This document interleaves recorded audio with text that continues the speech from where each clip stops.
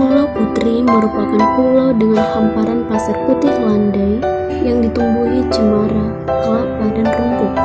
Terdapat mercusuar yang kokoh berdiri di tengah pulau, dilengkapi dengan patok titik, dasar, dan titik referensi.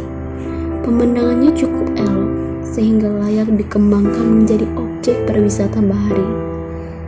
Pulau Nongsa termasuk dalam wilayah Desa Nongsa Pantai, Kecamatan Nongsa, Kota Batam, Provinsi Kepulauan Riau.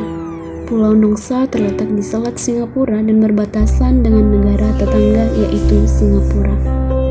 Pulau Nongsa sering dikunjungi wisatawan lokal terutama pada akhir pekan atau hari libur. Tapi di balik keindahan dari Pulau Putri ini terdapat cerita yang dipercaya oleh masyarakat setempat sehingga terbentuknya Pulau Putri yang indah ini. Pada zaman dahulu di sebuah kerajaan Melayu nan kuat dan kokoh, hiduplah seorang putri nan cantik jelita. Ia bernama Putri Kenanga.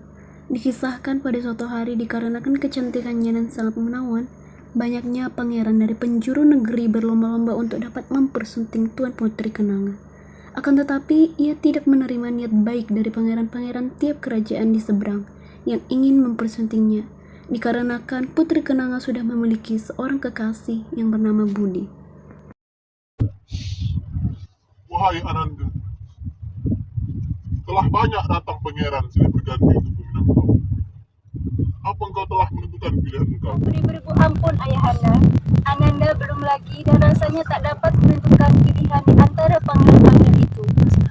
Apa alasan engkau, wahai Ananda? Sebab sebenarnya Ananda telah mempunyai kekasih. Apa gerangan? Dari mana asal pangeran tersebut? Mengapa engkau terdiam, wahai Ananda? Jawablah pertanyaan beta.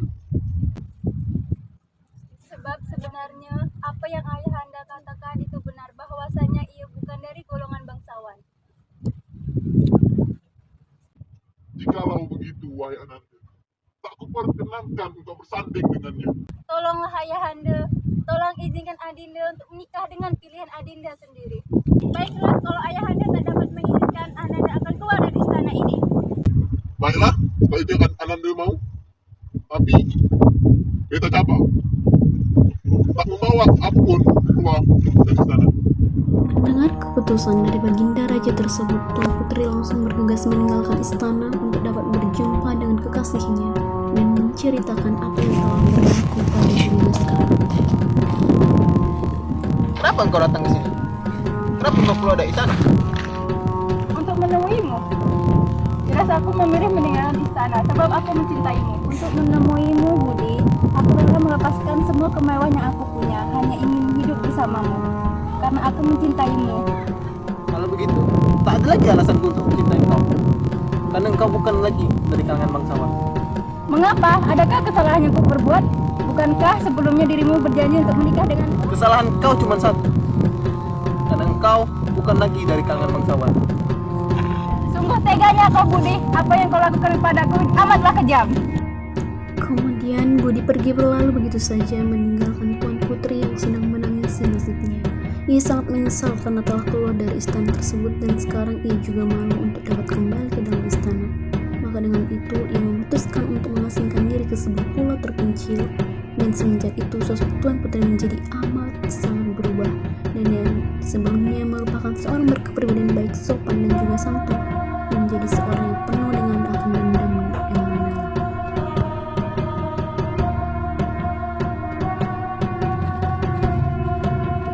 Aku bersumpah siapapun yang berani menjadi pulau ini, maka ia akan mati di tangan. Tuan Putri pun meninggal dunia dan menjadi penghuni dari pulau tersebut, yang kemudian diberi nama Pulau Putri. Pulau tersebut pun menjadi tempat wisata yang menarik perhatian bagi penduduk lokal maupun mancanegara. Suatu hari di hari libur, berkunjunglah beberapa mahasiswa untuk berwisata di pulau tersebut beramai-ramai. Mereka adalah Tasya, Dimas, Dina, dan Sylvie. Akhirnya kita juga sampai ya di sini. Iya, Bagus banget view-nya, kelihatan negeri jirannya. Iya kan, biaya transportasinya juga murah. Tapi inget ya, di sini tuh kita nggak boleh ngomong kotor sama penampilannya tuh harus dijaga. Mitos-mitosnya sih kayak yang benar-benar. Doang. Apa juga takut.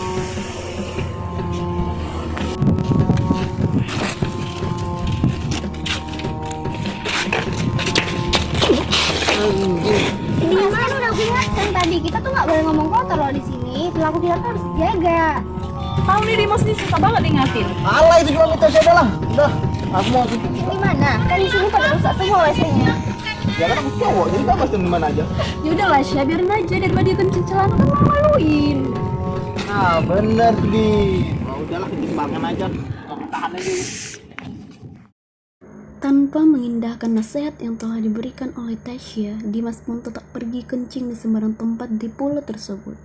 Namun keanehan pun terjadi setelah Dimas kencing sembarangan dan kembali orang-orang tidak lagi bisa melihat keberadaannya. Widin, kamu udah gak denger gue ngomong? Sil, kita aja. Dina yuk foto-foto bareng. Yuk, foto bareng yuk. Din, ayo kita selfie bareng yuk. Yuk.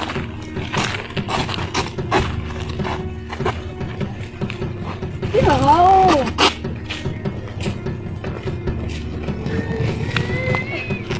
Dimas di mana? Dimas. Oh iya ya, Dimas kemana ya? Kok belum bang? Iya ya. Kita pencar aja yuk, biar cepet nyariin Dimasnya. Iya, boleh. Udah. Dimas! Dimas. Tasya! Kenapa? Apa jangan-jangan karena Dimas kerja sembarangan gitu ya? Bisa jadi sih karena itu. Oh iya, itu ada ibu-ibu. Coba kita tanya, mana tahu bisa ada jalan keluar nih. Iya. Permisi Bu, lupa nanya, ada nengok temen kami nggak Bu? Cowok. Itu di mana ya? Dia agak tinggi Bu, terus putih. Sebenarnya bagaimana sih Bu cerita yang sebenarnya terjadi pada zaman dulu? Emang kenapa nak? Nah, kawan kami tuh tadi ada yang hilang. Mungkin dia hilang karena dia bercakap kotor, berlaku tidak sopan. Perilaku yang sebentar perilaku tak enak. Jadi kawan kami ini tadi kencing sembarangan Bu, karena WC di sini rusak. Kalau di sini tuh tidak boleh berperilaku tidak sopan, apalagi berkata kotor. Soalnya itu Pak Mali rancang banget di pulau ini tuh berperilaku yang tidak sopan. Iya Bu, padahal pun saya tadi udah ingetin juga, cuman dia aja yang nggak percaya sama apa yang saya katakan. Setelah mendengar perkataan dari Tasya, ibu-ibu di pulau tersebut pun menceritakan apa sebenarnya kisah di balik Pulau Putri tersebut. Lalu Tasya, Sylvie, dan Dina pun terkejut akan hal itu. Mereka takut temannya tidak bisa kembali lagi.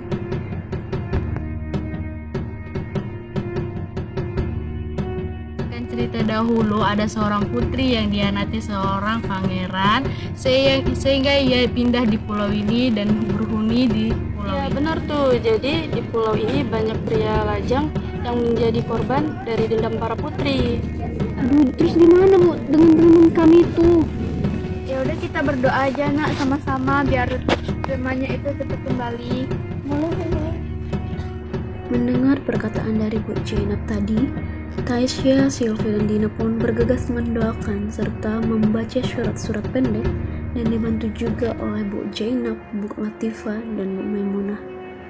Setelah tak berapa lama kemudian, akhirnya Dimas pun dapat terlihat kembali.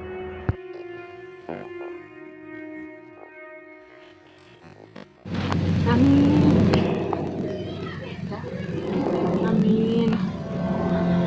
Dimas! Dimas! Dimas!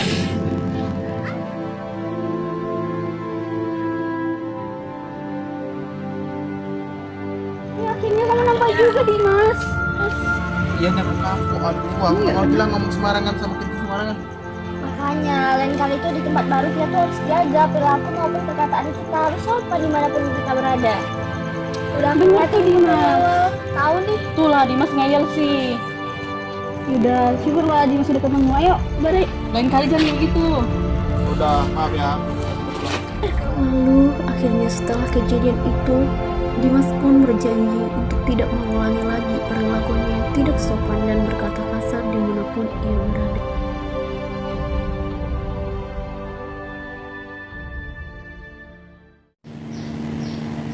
Jadi dari kisah kami ini dapatlah kita ambil pelajaran di mana kita berada, hendaklah kita berlaku sopan maupun kita berkata-kata yang sopan juga.